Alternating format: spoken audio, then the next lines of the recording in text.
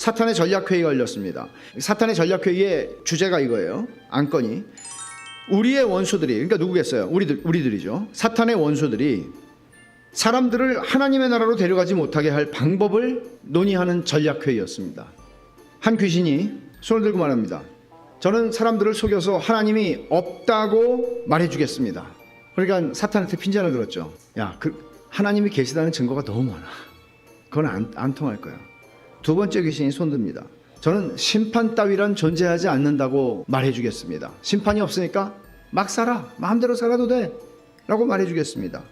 그러자 또 핀잔을 듣죠. 야, 그 사람들 마음속에 있는 심겨져 있는 그 심판에 대한 두려움은 우리가 뽑아낼 수가 없는 거야. 세 번째 귀신이, 똘똘한 귀신이 말합니다. 저는 전혀 서두를 필요가 없다고 말하겠습니다. 천천히 해 라고 말하겠습니다. 사탄이 칭찬을 해줍니다. 그리고 그게 전략으로 채택이 됩니다.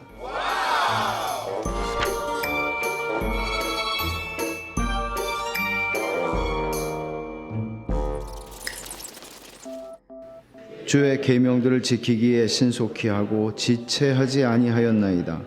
신속히, 그리고 지체하지 않는 것. 이 요소, 신속한 순종, 주저하지 않는 순종, 이게 순종에 있어서 얼마나 중요한지 아마 여러분들은 경험을 웬만큼은 다 하셨을 거예요. 순종하는 거는 지체 없이 신속히 하는 것입니다. 너무나 많은 사람들이 생각하고 고민하는 자리까지는 가는데 순종을 행하는 일에서는 절대 서두르질 않아요. 너무나 많은 사람들이 그래서 영적인 손해를 많이 봅니다. 결심이 아무리 진지하고 죄의 깨달음이 아무리 깊어도 돌이키지 않는다면, 순종하는 대로 나아가지 않는다면, 그것은 호세아 선지자가 이런 표현을 2번 쓰는데, 아침 구름이나 쉬 없어지는 이슬에 지나지 않습니다. 분명히 있었는데, 내가 은혜 받은 증거가 분명히 있었는데 없는 거예요. 찾아보면 찾을 수가 없는 거예요. 신속한 순종은 굉장히 중요합니다.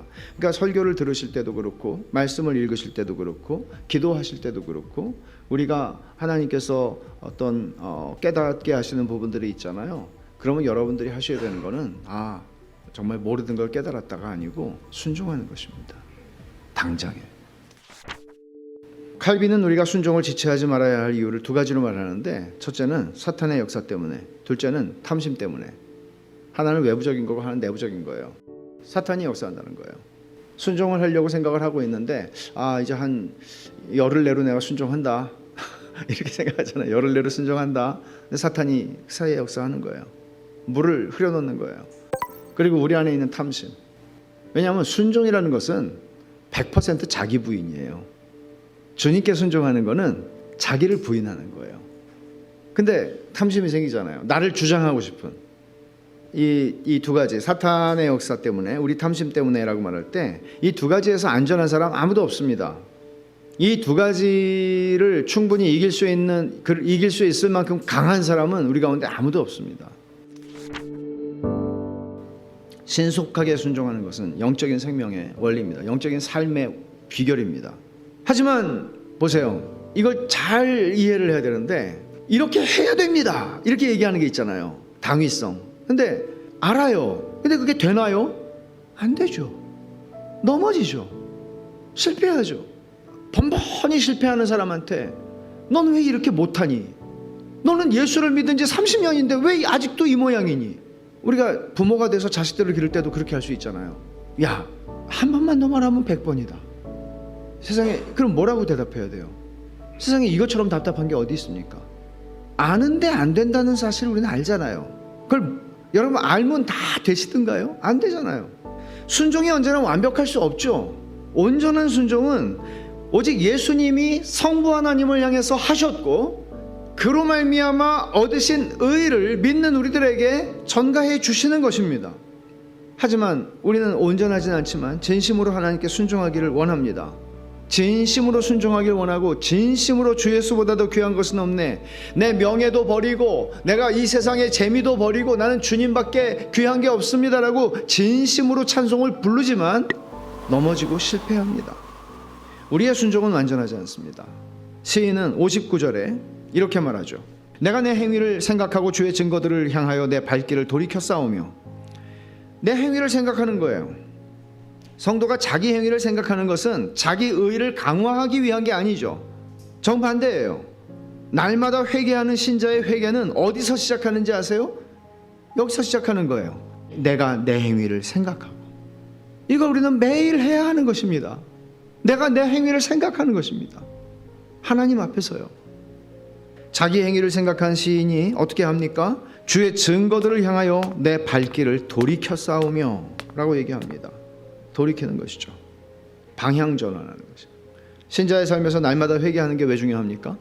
날마다 회개한다는 것. 우리는 예수를 믿을 때 한 번 회개하고 그 다음에는 이제는 회개하지 않아도 된다? 그렇게 성경 말하지 않습니다. 신자의 삶 전부는 마틴 루터가 95개조 1조에서 말했던 것처럼 신자의 삶은 날마다 회개하는 삶입니다. 신자의 특성입니다.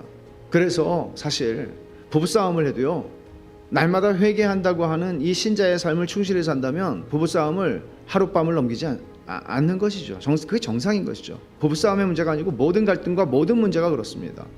내가 내 행위를 생각하고. 날마다 회개한다는 게 이렇게 중요한 이유는요, 우리 마음이라고 하는 게요, 하나님에게서 멀어지는 일이 언제나 우리가 의식할 수 있는 방식으로 나타나지 않는다는 거예요. 어찌어찌 하다 보면 내 마음이 하나님에게서 멀어져 있고 냉담해져 있어요. 그리고 그렇게 진전이 돼요.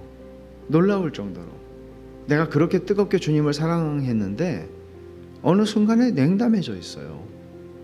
날마다 회개한다는 것은 우리의 마음을 살피는 것입니다.